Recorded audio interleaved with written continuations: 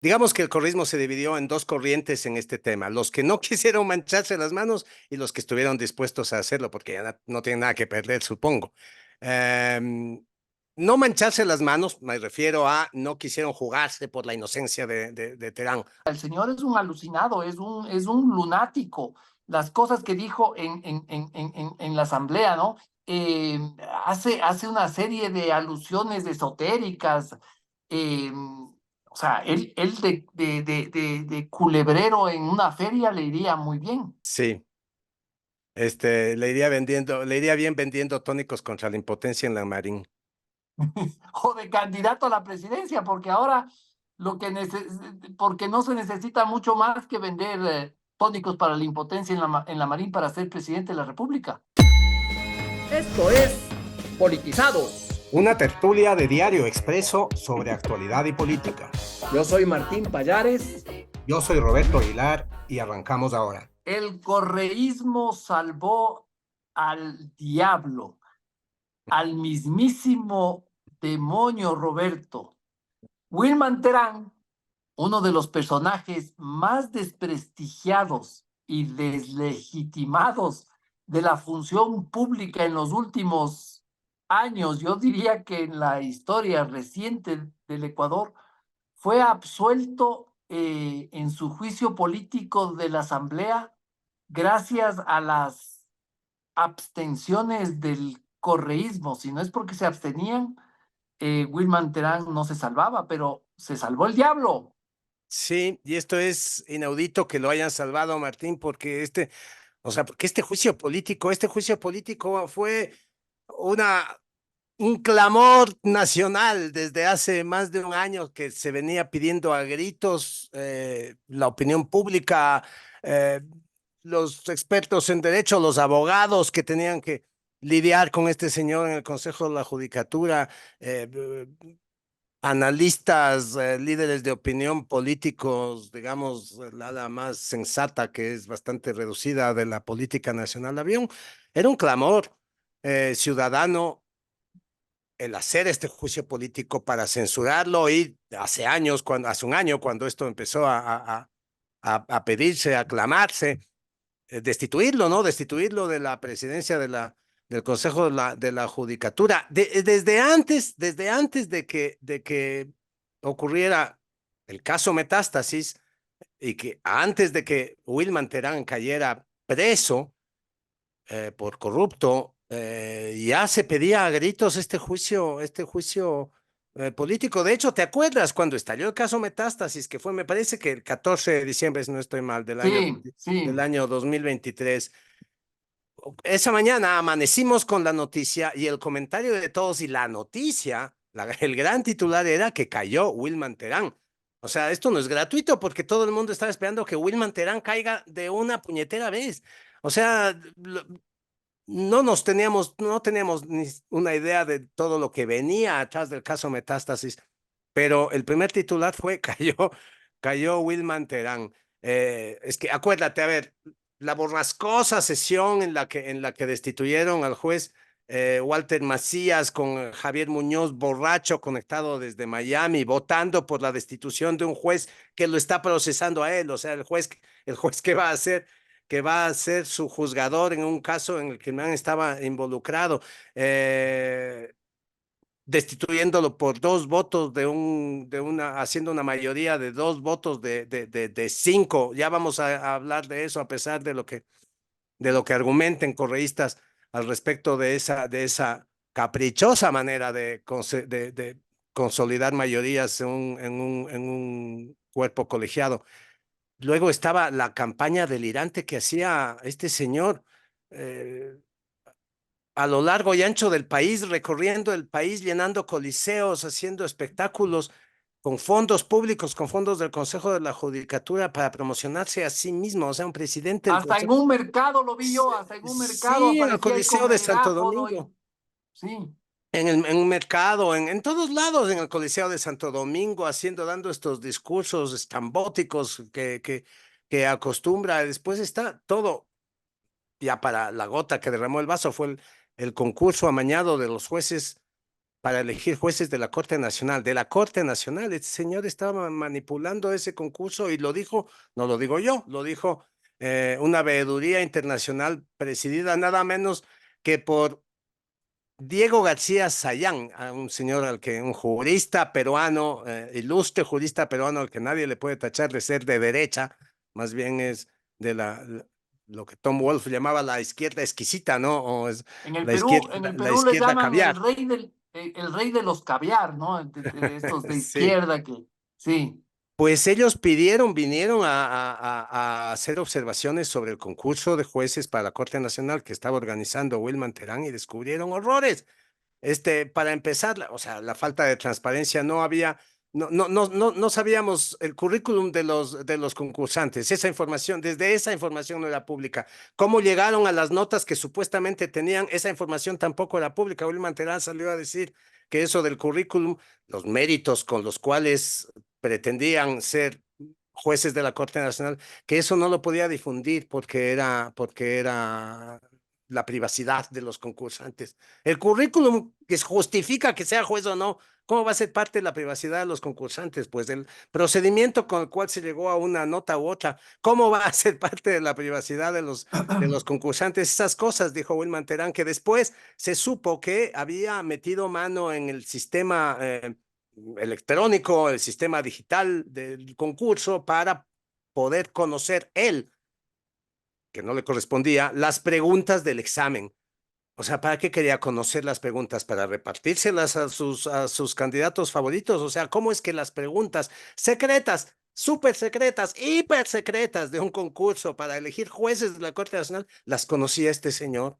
O, metiendo mano en el sistema digital o sea, para quién sabe qué. Bueno, ese es el señor al que ayer absolvieron los correístas. Y luego de todo esto vino el caso Metástasis. Y ahí se descubre que no solo está manipulando el concurso de la, de la Corte Nacional, que no solo estaba usando fondos públicos para hacerse una campaña de autopromoción por todo el país, que no solo había destituido a un juez manipulando el sistema de votación y se negaba a destituir a otra que ya tenía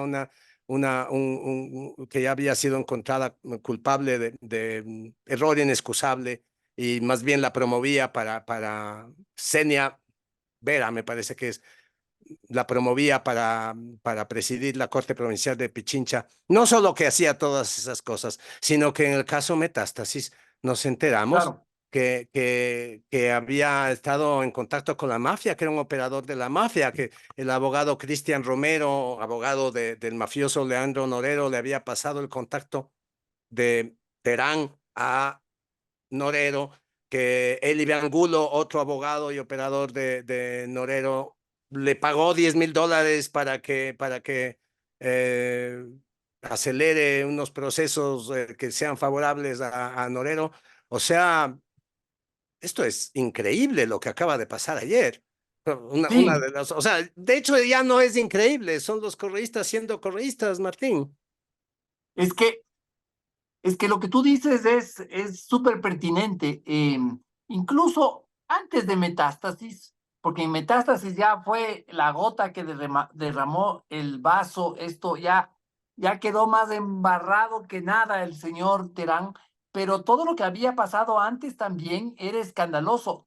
La opinión pública, yo me acuerdo que presionaba durísimo porque la mayoría, ojo, prohibido olvidar, eh, el caso Metástasis sale en diciembre, pero antes estaba recién posesionada la mayoría de correístas, socialcristianos y gobiernistas, se hacían los locos y no llevaban a juicio. Y yo me acuerdo, había medios, Expreso publicó editoriales en los que decían, bueno, señores asambleístas, ¿qué pasó? Esto es insostenible. Se Sí, viene y nadie hacía nada con el juicio. O sea, si no es por Metástasis, teníamos los jueces estos de Terán. Esto era absolutamente impresentable. Está lo que tú dices, ¿no? Lo de la veeduría internacional, el hackeo de Wilman, por Dios. El presidente de la judicatura se roba electrónicamente el contenido de las Sí. preguntas y no, Hackeando el sistema de concursos, sí. no, pues es que era una cosa de no creer y nadie le enjuiciaba. Claro, ya con Metástasis ya cambió la cosa porque era insostenible. Bueno, Ujú. ahora lo acaban de salvar en un juicio. El señor Terán podrá ser funcionario público de aquí en adelante, no corre sobre él esa sanción. Ahora, Roberto, yo te tengo una pregunta, tú que estuviste siguiendo, bueno, yo también algo vi del debate y eso. ¿Cuáles fueron los argumentos del correísmo para salvar al diablo? Contradictorios, Martín, y esto es interesante porque se contradicen a sí mismos, o sea, depende de los correístas, usaron un argumento u otro.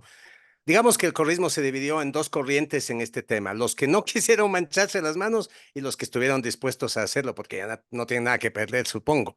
Em, no mancharse las manos, me refiero a no quisieron jugarse por la inocencia de Terán. Hay otros que se jugaron por la inocencia de Terán. Em, los que no quisieron mancharse, entre los que no quisieron mancharse las manos está el mismo, es la posición oficial del mismo coordinador de la bancada, Leonardo Berresueta. Según él, el juicio político estaba mal planteado. Él lo que decía es, nos vamos a abstener, y hablaba como jefe de la bancada. Uno habría pensado que esa era la posición oficial de toda la bancada, no lo fue, pero él decía, nos vamos a abstener porque en este juicio hay errores de procedimiento. Este juicio está mal sustanciado. O sea, básicamente acusaban al acusador, al asambleísta de Construye, a Jorge Peñafiel, de no haber individualizado las acusaciones. O sea, había cuatro cargos en contra, porque este era un juicio en principio planteado contra Terán y también contra el consejero Javier Javier Muñoz, Muñoz y la consejera Maribel Maribel Barreno. Barreno. El juicio estaba planteado contra los tres. Había cuatro cargos. Esos cuatro cargos eran todos contra Terán. Y después algunos, los otros cargos, unos sí y otros no, eran para los otros dos. Eh, Peñafiel no individualizó los cargos el momento de la sustanciación del juicio. Lo hizo una vez que ellos ya fueron a defenderse, lo cual sí, es un error. Um, entonces, esa era una de las irregularidades detectadas. La otra irregularidad que dijeron es que no había practicado la prueba en el momento eh, que el procedimiento dice que se debe practicar, que lo hizo más tarde. Eh, lo curioso es que si hablamos de que no individualizaron las pruebas y que no individualizaron las acusaciones y que no practicaron las pruebas, eso era un defecto que empañaba a todo el proceso, incluido al proceso no solo contra Terán, sino también contra Barreno y también contra Javier Muñoz. Pero no, eso no les pareció un problema el rato de condenar a Muñoz, que ya fue condenado la semana anterior, porque esto, Claro, eh, con el mismo proceso lo sí, censuraron a Muñoz. con la misma falta de individualización de pruebas y la misma y el mismo error en el momento de la práctica de las pruebas, individualización de acusaciones, quise decir, y el mismo error eh, en el tema de las pruebas, de la En el tema, práctica de las en los pruebas, sí. papeles, sí, La en la práctica de las forma. pruebas, sí, en el tema, sí, en esos temas de forma, con los mismos temas, errores de forma, condenaron a Javier Muñoz, ahí no les importó. Pamela Aguirre, presidenta de la Comisión de Fiscalización, también estuvo entre las que no quisieron mancharse las manos, es decir, ella no se juega por la inocencia de Terán, pero lo termina absolviendo por estos errores de procedimiento. Eso, ella dice que el problema es que Peñafiel no logró no logró probar nada. Yo no diría que no logró probar nada. Básicamente estos son los que no se quisieron meter en si Terán era inocente o culpable.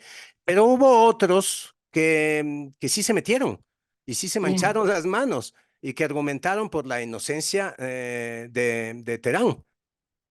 sí. Para hablar de eso, de los que sí se mancharon las manos y sí defendieron las atrocidades de Terán, vamos a esperar una pequeña pausa que se viene aquí, Roberto, y aprovecho para insistir, yo siempre insisto que la gente en Guayaquil nos puede escuchar en Radio Romance todos los días desde las 7 de la mañana. Están los politizados ahí, se retransmite el programa. em, En Guayaquil. en Guayaquil, FM 90.1. Pero bueno, vamos a la pausa y luego retomamos este tema. Es hora de abrir los ojos con Expreso. Plan digital anual. $20 durante el primer año. Suscríbete en suscripción.expreso.es. Bueno, como decíamos, hubo dos grupos. Los que se hicieron más o menos los giles y le salvaron con la abstención, pero no, tampoco no quisieron aparecer como salvadores, como defensores de Terán. También hubo otras voces en el correísmo que sí se la jugaron y se mancharon la mano. Un caso extraordinario es la de Yairín Noriega. Yairín Noriega es esta asambleísta jovencita, chiquita, habla muy bien, tiene una muy buena oratoria. Yo escuché que cuando iba a hablar, alguien le gritó, ¡vamos, Peque! Y salió, pero Sí. bueno, la Peque tuvo una intervención de una soberbia, Roberto, de una arrogancia, una cosa impresionante, y todo el tiempo La peque es tratando indigerible. todo el tiempo estuvo tratando, pero lo hace hablando bien, hay que reconocer. Todo el tiempo tratando de humillar al asambleísta de Construye Peñafiel, ¿no? Irónica, eh, terriblemente arrogante, ¿no? Ella le daba clases de Mm. lectura, le daba clases de todo. Eh, Básicamente lo que ella hizo es una larga argumentación para defender la acusación sobre esa votación en la que se sancionó al juez Walter Macías cuando La, Terán sí, estaba como, la destitución de Macías, que era la primera de las cuatro acusaciones contra Terán, y la sí, acusación única contra Barreno.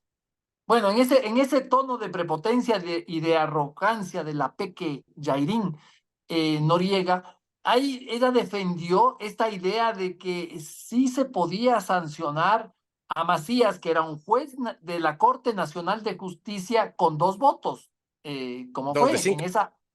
en esa borrascosa y abominable y vergonzosa sesión donde Muñoz aparecía mamado por ahí, nadie sabía dónde, en oscuras, ¿te acuerdas? Sí, Sin luz, resultó que era en Miami, y eso capaz, si lo hubieran investigado, capaz y era ilegal. Pero bueno, eso fue truculento, fue eso. Entonces, según Jairín, Terán es inocente en esta causa porque hubo en la votación 2 votos a favor de la sanción, el voto de Terán y de Muñoz, y 3 abstenciones, que fueron de Morillo y de Barreno. Entonces, ella dice que perdón, luego hubo una reconsideración sí, sí, hubo una, con voto favorable de Barreno. Barreno votó para que se reconsidere. Y luego lo que pasó es que hubo una nueva votación. Terán y Muñoz votaron por la destitución de Macías, y Barreno se abstuvo, y Morillo y Murillo no votaron. sí, pero en la primera votación hubo 5 votos, o sea, 5 personas presentes, no 5 votos, perdón, 5 personas presentes, 2 votaron a favor de la destitución, Barreno, Morillo y Murillo se abstienen. Entonces, Jairín, en su inconmensurable superioridad intelectual y moral, sostiene que sí había quórum porque estaban 5. Lo que olvida ella es que ella se está refiriendo al quórum. Eh, ya hubo una, o sea, no era sobre los presentes y la ley hay que, porque ella decía, ¿no? Ella decía, hay que leer la ley en su integridad, etcétera. Entonces, pero claro, si uno lee la ley en su integridad, se topa con el artículo 264 de la Ley Orgánica de la Función Judicial que dice al Pleno, cuando habla de la judicatura, al Pleno le corresponde, dice el numeral 14, imponer las sanciones disciplinarias de destitución a las servidoras o los servidores judiciales con el voto conforme de la mayoría de sus miembros. No dice de Sí. los asistentes, miembros. El sofisma de Yairín Noriega es el siguiente, Martín. En la segunda votación solo hubo 3 votos, porque Sí, Morillo y claro, Murillo no votaron. Parece que uno de ellos, no estoy seguro quién, se ausentó y el otro no se ausentó, siguió ahí, pero no votó. Y finalmente la votación final fue 2 votos a favor de la destitución y una abstención. Entonces ella dice, bueno, cuál es el quórum reglamentario para funcionar? 3. Bueno, ahí están los 3. ¿Qué clase de mayoría se necesita para aprobar cualquier resolución? Mayoría simple. ¿Cuál es la mayoría simple de 3? 2. Bueno, ahí están los 2 votos.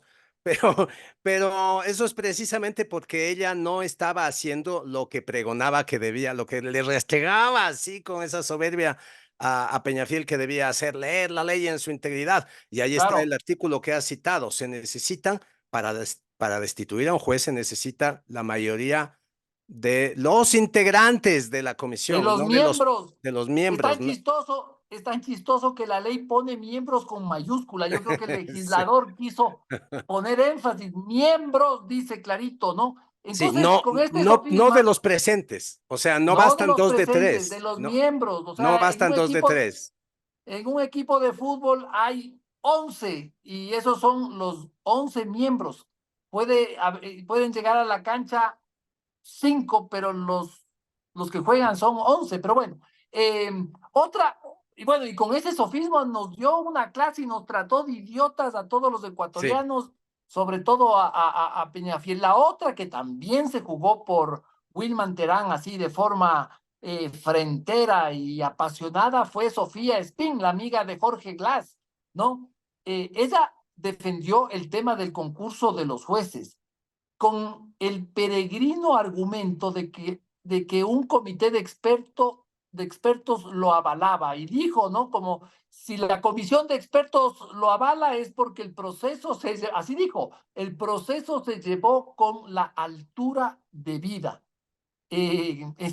Esa cosa de expertos era con la legisladora, es, ¿cómo? la conformación del comité de expertos, Sí, Martín, es precisamente una de las irregularidades que se le achacan al concurso, porque ese comité de expertos era cualquier cosa. Hasta estaba sí, ahí la analfabeta de Mireya Pazmiño, que es le, analfabeta, de le verdad, doy fe. pusieron Es una a señora que ella, o no sabe sea, leer.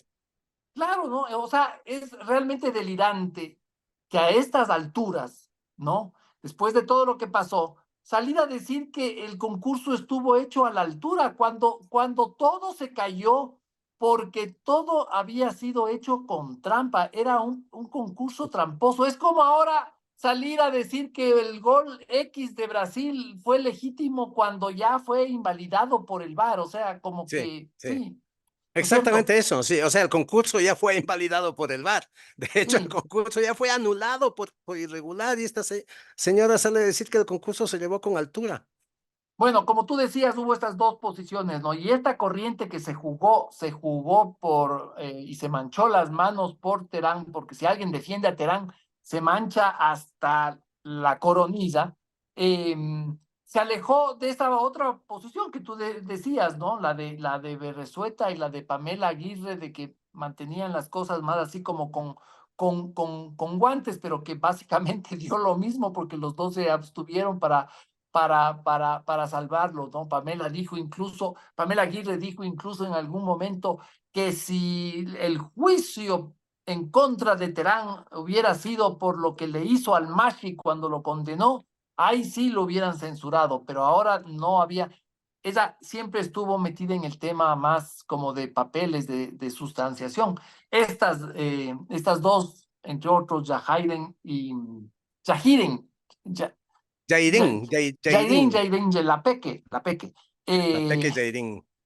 Peque Jairín y Sofía Espín, amiga de Jorge Glass, iban más, o sea, se fueron de frente a ensuciarse por la defensa de Terán. Jairín y Espín. Oye, una cosa interesante es que pasa siempre, veo que es una constante en los temas de fiscalización, en los temas de juicio político. Siempre hay esta discusión, ¿no? De que si el juicio político es político. Es curioso porque en esta discusión las diferencias entre el juicio político y el juicio penal, el juicio en la justicia regular, en tribunales, eh, las diferencias entre uno y otro están, creo que clarísimas, ¿no es cierto? Pero siempre eh, ha según su propio interés, a conveniencia, los actores políticos de la Asamblea se posicionan en esta discusión de una manera u otra. Entonces, a veces son súper puntillosos con el reglamento, con el procedimiento, y dicen, este es un juicio, aunque sea juicio político, pero el procedimiento no sé qué. Y otras veces dicen, no, el procedimiento no importa tanto porque este es un juicio político, entonces lo importante es la decisión política. O sea, yo creo que las pruebas, por ejemplo, sobre el tema de las sociedades que empañaron el concurso, el concurso de jueces para la Corte Nacional, esas pruebas quedaron sobre la mesa. Las haya sabido defender mejor o peor el asambleísta Peñafiel, porque todos le acusan de que Peñafiel no lo hizo bien. Quizás no lo hizo del todo bien, pero la evidencia de que ese fue un concurso manipulado quedaron sobre la mesa en la comisión de fiscalización. Y esa evidencia de que este señor manipuló al concurso para elegir a los jueces de la Corte Nacional clamaba a gritos por una decisión política de la Asamblea. O sea, lo que iban a hacer es tomar una decisión política sobre este corrupto, preso por sus contactos con el narcotráfico, que manipuló el concurso para elegir jueces de la Corte Nacional. Y la decisión política que tomaron los correístas es salvarlo. O sea, eso es clarísimo. Esa es la decisión Claro, política que tomaron. O sea, más allá de si el procedimiento, de si la práctica de la prueba, de si la individualización, en los que las pruebas estaban ahí, era evidente, y ellos tomaron una decisión política. Y la verdad es que mientras se pasaban hablando puntillosamente de los procedimientos, ¿no? Así del mínimo pasito de los procedimientos, en realidad estaban haciendo discursos políticos. 2/3 de lo que dijeron, Martín, no tenía nada que ver con el juicio político, tenía que ver con el discurso político al que dio pie al que dio paso el juicio político, que está muy bien porque es un juicio político, bien, están ahí haciendo política. Y de qué, cuáles eran esos temas de los que hablaron, ya digo, o sea, si uno quita de, de todo lo que se dijo, uno quita todo lo que no tenía que ver con el juicio, te quedas apenas con 1/3, quizás, o quizás menos. 2/3 de lo que dijeron los correístas estaba dedicado a hablar mal de María Paula Romo y de la fiscal. Es impresionante cómo estos señores tratan de, porque María Paula Romo no viene a colación a cuenta de nada, pero es impresionante cómo estos señores tratan de posicionar a María Paula Romo como la jefa de la mafia. O sea, evidentemente para que el jefe de la mafia no aparezca su líder máximo, que es el evidente jefe de la mafia. Si algún político hay que pueda pasar por jefe de la mafia, a lo mejor será este ser, ¿no es cierto? Eh, pero sí, no, pero es una ellos, obsesión, es como una sí, obsesión, ¿no? Por sí. posicionarla, relacionarla a ella con las mafias. Sí. Y la otra es, por supuesto, la fiscal general Diana Salazar. Se pasaron hablando de la fiscal general Diana Salazar gracias a que Terán puso ese tema en bandeja. O sea, Terán les sirvió en bandeja el tema de la fiscal.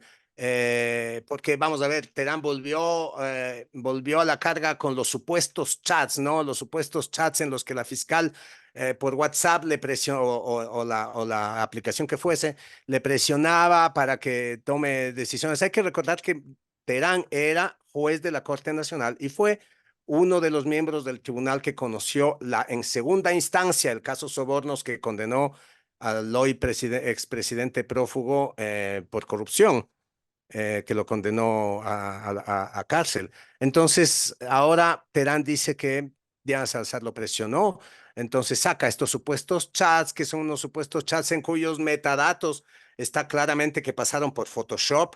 Él dice que simplemente la captura corresponde al Photoshop. Bueno, el caso es que una vez que pasaron por Photoshop, y ahí consta que pasaron por Photoshop, uno ya no sabe qué nomás se pudo hacer con esos supuestos chats, y esos supuestos chats que son de un teléfono que él tiene escondido y no muestra, ¿no? O sea, Que me haces acordar que en un momento dice, el Photoshop es una cosa que se activa cuando en el iPhone se aplasta un botón con el otro. Eso se llama Photoshop. Sí. A la captura de pantalla él le llama Photoshop. Photoshop. Él creo que piensa en un Photoshop, que es lo mismo que el Photoshop. Sí, bueno, el caso es que esos chats supuestos chats pasaron por el Photoshop y provienen de un teléfono que él tiene escondido y que no muestra. Ya, y viene Pamela Aguirre y dice, entonces los unos chats sí sirven y los otros no sirven. O sea, los chats de la fiscal que vienen de los chats del caso Metástasis, que vienen de una cadena de custodia y de una pericia practicada por orden judicial, y que, o sea, vos ves cómo están presentados, cómo están desarrollados esos chats. Eso versus los chats de Photoshop de Terán. Sí, Pero bueno, decía dale. que él puso esos temas en bandeja, que la fiscal le presionó, que los chats, que cómo me arrepiento de haber tomado esa decisión, de haberme dejado incidir por ese tráfico de los emisarios, así dice, ¿no? Que supieron hacer el ejercicio de no sé qué. O sea, en su retórica es de lo más curioso, pero fue él el que les brindó este servicio para dedicar el juicio político a hablar pestes de la fiscal y de María Paula Romo, curiosamente, a quien supieron meter ahí, yo no sé cómo. Sí, bueno, lo cierto es que el señor, ya tenemos que cortar, Roberto, ya se nos acaba el tiempo. Lo cierto es que el señor habla, sí, lastimosamente no vamos a poder incluir lo que dijo, porque es cosa de locura. El señor es un alucinado, es un lunático. Las cosas que dijo en la asamblea, ¿no? Hace una serie de alusiones esotéricas. O sea, él de culebrero en una feria le iría muy bien. Sí, le iría bien vendiendo tónicos contra la impotencia en la Marín. O de candidato a la presidencia, porque ahora porque no se necesita mucho más que vender tónicos para la impotencia en la Marín para ser presidente de la República. Es hora de abrir los ojos con Expreso. Plan digital anual. $20 durante el primer año. Suscríbete en suscripción.expreso.es.